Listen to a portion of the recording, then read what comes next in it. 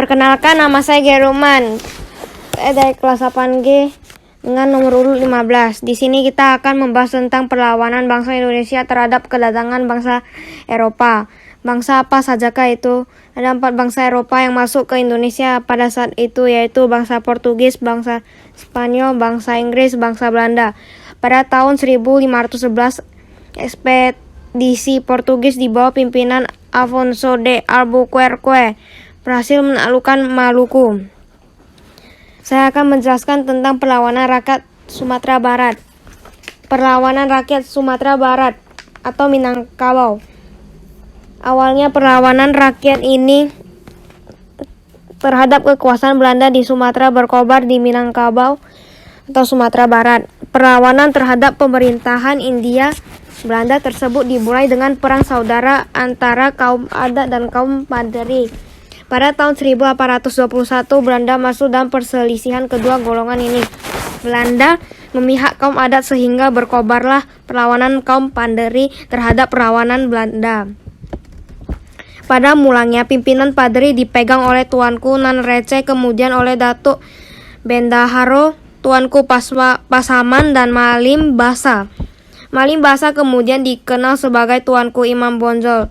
Berkorbannya perang di Ponegoro memaksa Belanda melakukan perdamaian dengan kaum Paderi. Kedua belah pihak sepakat untuk tidak saling menyerang dan menghormati batas-batas wilayah masing-masing. Setelah perang di Ponegoro diakhirkan, Belanda melakukan serangan, bahkan Belanda berhasil merebut markas kaum Paderi di Bonjol. Setahun setelah itu, kaum adat bersatu dengan kaum Paderi.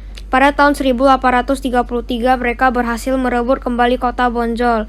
Kemudian Belanda pun melakukan politik adu domba.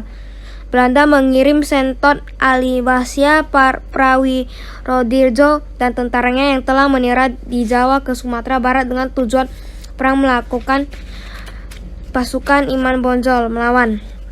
Namun Sentot melakukan kontak rahasia dengan kaum Paderi. Ia ditangkap dan diasingkan ke Bengkulu. Pada tahun 1837 Bonjol kembali direbut Belanda dan Imam Bonjol pun ditangkap. Ia dibuang ke Ambon kemudian ke Minahasa. Perang perlawanan rakyat terhadap Belanda diteruskan oleh Tuanku Tambusi, namun tidak lama kemudian perang dapat berakhir.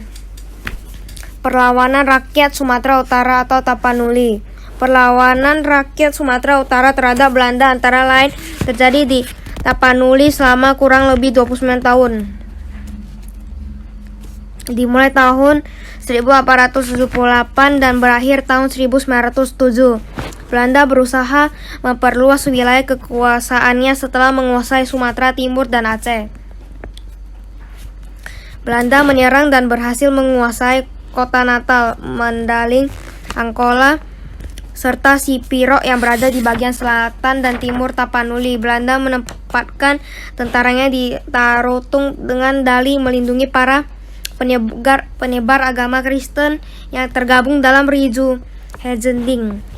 Tentara Belanda yang berkedudukan di Tarutung diserang oleh pasukan Sisimangaraja VI yang bermarkas di Bakara. Perang terjadi di Butar, Bahal, Batu, Balige, Siborong-borong, Lumban, Julu, dan Lagu Boti. Dan penyerangan itu Belanda di bawah pimpinan Hans Christoffel. Dalam penyerangan itu Belanda dikuasai oleh pihak Sisingamaraja. Pada 17 Juni Sisimangaraja VI yang memusatkan pertahanan terakhir di Dairi gugur karena ditembak oleh Belanda. Hal ini membuat berakhirnya perang Tapanuli. Putri Sisimangaraja VI yang bernama Lopian dan 2 orang putra Sisimangaraja yaitu Sultan Nagari dan Patuan Anggi juga gugur. Putra Sisimangaraja lain Sabidin, Paklim, dan Buntai dibuang keluar daerah Tapanuli, sementara Barita dan Panggarandang diasuh oleh pendeta di Pea Raja. Sekian dari saya dan terima kasih.